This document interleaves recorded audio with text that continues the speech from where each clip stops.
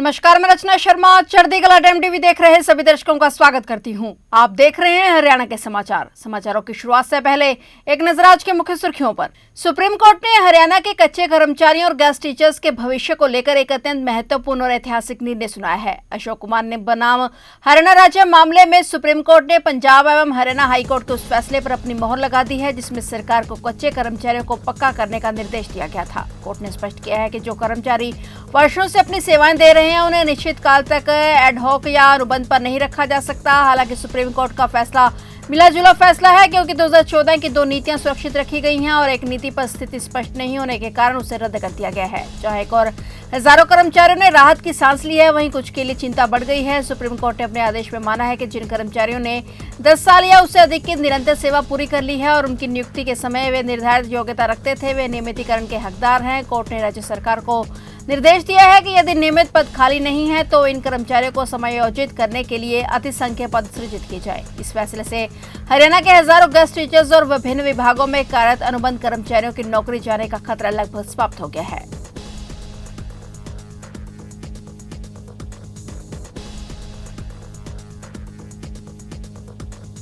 हरियाणा में आगामी नगर निगम और स्थानीय निकाय चुनावों को लेकर चल रही कानूनी जंग में कांग्रेस को करारी शिकस्त मिली है। पंजाब एवं हरियाणा हाईकोर्ट ने राज्य में निकाय चुनावों पर रोक लगाने की मांग वाली कांग्रेस की याचिका को सिरे से खारिज कर दिया है। अदालत ने अपने फैसले में स्पष्ट किया है कि चूंकि चुनाव की तारीखों का औपचारिक ऐलान हो चुका है, इसलिए इस चरण में न्यायिक हस्तक्षेप करना उचित नहीं होगा। कांग्रेस ने अपनी याचिका में वार्डबंदी की अधिसूचना को लेकर सवाल उठाए थे। विपक्षी दल की मांग थी कि वर्तमान अधिसूचना को रद्द कर वार्डों का सीमांकन नए सिरे से किया जाए और इसके बाद ही मतदान प्रक्रिया शुरू हो। Justice HS.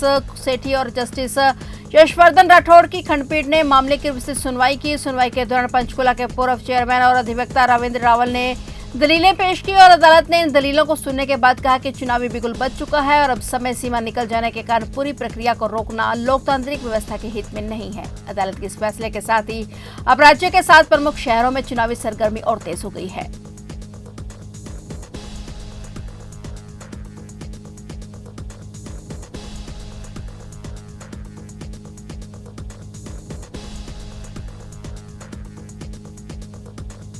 बसों में खुले पैसों की समस्या को खत्म करने के लिए हरियाणा के परिवहन मंत्री अनिल विज ने एक बड़ी पहल शुरू की है। उन्होंने ऐलान किया है कि अब से किराया यूपीआई पेमेंट के जरिए किया जा सकेगा, लेकिन पहले इसका ट्रायल एक जिले से होगा। जहां हरियाणा रोडवेज की बसों में सफर करने वाले यात्रियों को राहत मिलेगी, वहीं अब टिकट के लिए जेब में नकद या छुट्टे पैसे रखने की मजबूरी भी खत्म होने वाली है। हरियाणा के परिवहन मंत्री अनिल विज ने रोडवेज बसों में यूपीआई के जरिए भुगतान की व्यवस्था शुरू करने का ऐलान किया है। परिवहन विभाग इस डिजिटल व्यवस्था को चरणबद्ध तरीके से लागू करेगा। शुरुआत में इसे प्रदेश के किसी एक जिले में पायलट प्रोजेक्ट के तौर पर लॉन्च किया जाएगा और पायलट प्रोजेक्ट की सफलता और यात्रियों के फीडबैक के बाद इसे प्रदेश के सभी डिपो और बसों में अनिवार्य कर दिया जाएगा। परिवहन मंत्री अनिल विज ने विभागीय बैठक में स्पष्ट किया है कि इस व्यवस्था का तकनीकी काम लगभग पूरा हो चुका है और जल्दी कंडक्टरों के पास ऐसी मशीनें होंगी जो कि क्यूआर कोड स्कैन कर पेमेंट ले सकेंगी। यूपीआई भुगतान से नकद पर निर्भरता कम होगी और पारदर्शिता बढ़ेगी।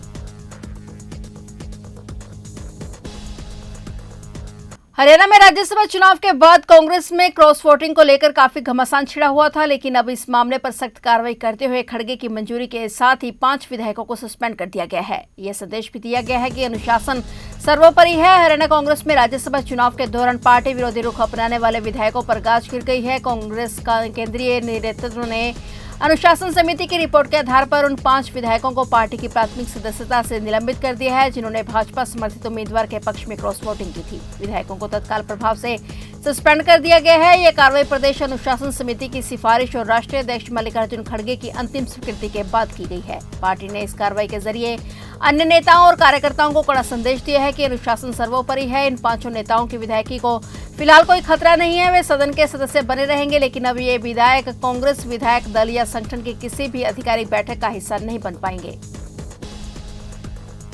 एनआईटी में छात्रा के सुसाइड करने के बाद वहां के विद्यार्थियों ने अब बवाल मचा दिया है। उसमें अब एनआईटी के विद्यार्थियों ने एनआईटी प्रशासन के खिलाफ मोर्चा खोल दिया है। विद्यार्थियों के द्वारा सीबीआई जांच की मांग की जा रही है। कुरुक्षेत्र में बीटेक की छात्रा के सुसाइड के बाद स्टूडेंट्स कैंपस में इकट्ठा हो गए हैं और छात्र वी वांट जस्टिस जैसे नारे लगाते हुए हंगामा कर रहे हैं। एनआईटी प्रशासन ने मेन गेट बंद कर मीडिया की एंट्री बंद कर दी है और कुरुक्षेत्र एनआईटी की छात्रा के सुसाइड के बाद छात्रों ने सीबीआई जांच की मांग करते हुए कहा कि एक हफ्ते में 2 सुसाइड हो चुकी हैं। इसी के तहत छात्रों ने प्रदर्शन किया है। हंगामे को बढ़ता देखा एनआईटी प्रशासन ने मौके पर पुलिस बुलाई। पुलिस के साथ कैंपस में एनआईटी के गार्ड्स भी मौजूद हैं। हंगामा करते हुए छात्रों ने सुसाइड के मामले में सीबीआई जांच की मांग की है। यहाँ पे प्रोटेस्ट कर रहे हैं, हम एनआईटी कुरुक्षेत्र से हैं। यहाँ पे वैसे तो सुसाइड होते ही रहते हैं, लास्ट 1 मंथ में कुछ ज्यादा ही हुए हैं। आज मेरे फ्लोर पे एक लड़की ने सुसाइड किया है, रीजन पता नहीं चला। हम बहुत देर तक ट्रॉमेटाइज्ड रहे, डरे रहे और अब बाद में यहाँ आके पता चला। I am not the first person जिसने खुद से कुछ देखा हो, लेकिन उसके दोस्तों से ही पता चला है। उसकी दोस्त चली गई है ये कह के कि हमें प्रोफेसर से धमकी मिल रही है, हमारी डिग्री पे बात आ जाएगी and so I don't know anything. पर जो मेरी नॉलेज में है वो ये है कि उस लड़की को 3 घंटे तक उतारा नहीं गया, वो लटकी रही। उसका गेट भी बहुत देर बाद तोड़ा गया और वहाँ पे सब रिस्पॉन्सिबल अथॉरिटीज होने के बाद भी बच्चों ने उस लड़की की डेड बॉडी उतारी है। प्रशासन से बातचीत हुई स्टूडेंट को? नहीं, हालांकि उस लड़की से भी मेरी ज्यादा बातचीत नहीं थी। मैंने उससे बस 1-2 बारी कभी बात की थी। आप सभी जो बच्चे हैं प्रोटेस्ट कर रहे हैं, क्या मांगे ले रहे हैं यहाँ पर? क्या CBI investigation again teacher student relationship में जो मेंटल हैरासमेंट स्टूडेंट का हो रहा है वो क्यों हो रहा है? इनकी प्रोफेसर्स की एक लॉबी है जिससे वो स्टूडेंट को टॉर्चर करते हैं। मेरे को सुनने में आया है, जो कि मेरे को डायरेक्ट स्टेटमेंट नहीं पता, बट इन्हीं लोगों ने मुझे बताया है। आप कहाँ है वो, आगे से लड़का उसे बुलाइएगा एंड कंफर्म उससे कीजिएगा कि टीचर कहते हैं कि मरना ही है तो एनआईटी में क्यों मर रहे हो, एनआईटी के बाहर जाके मरो।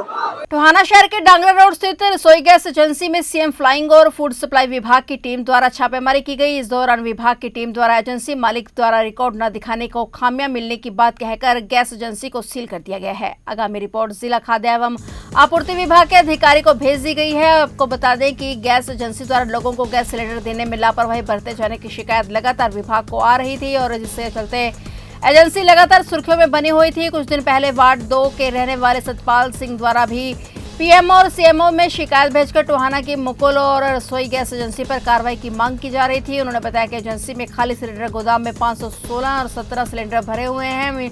छोटे सिलेंडर 343, कमर्शियल सिलेंडर 51 मिले हैं। उन्होंने कहा कि एजेंसी को सील करके रिपोर्ट आगे भेज दी है। हवा सिंह के अनुसार स्टॉक का रिकॉर्ड वे विभाग को उपलब्ध करवा देंगे। कर्मचारी ना होने के कारण रिकॉर्ड नहीं दे पाए, जिसके चलते सील किया गया है। पिछले कई दिनों से हरियाणा के लोगों को भीषण गर्मी का सामना करना पड़ रहा था, लेकिन इस बीच मौसम विभाग ने बारिश होने की राहत भरी खबर दी है। जानकारी के मुताबिक पश्चिमी विक्षोभ के सक्रिय होने से आने वाले 24 घंटे में बादल छाए रहेंगे। मौसम विभाग ने धूल भरी आंधी और बूंदाबांदी की संभावना जताई है। इसके साथ ही 10 जिलों में येलो अलर्ट जारी किया है। मौसम विभाग ने एक तरफ जहां पारा 42 डिग्री सेल्सियस पहुंच गया है, वहीं अब धूल भरी आंधी और बूंदाबांदी की संभावना जताई है। इसके साथ ही कई जिलों में अलर्ट जारी किया गया है। मौसम विशेषज्ञ के अनुसार पश्चिमी विक्षोभ के सक्रिय होने से आने वाले 24 घंटों में बादल छाए रहेंगे। धूल भरी आंधी और गरज चमक के साथ होने वाली हल्की बारिश से बढ़ते हुए पारे पर लगभग लगाम लगेगी और लोगों को चिलचिलाती धूप से थोड़ी राहत मिल सकती है।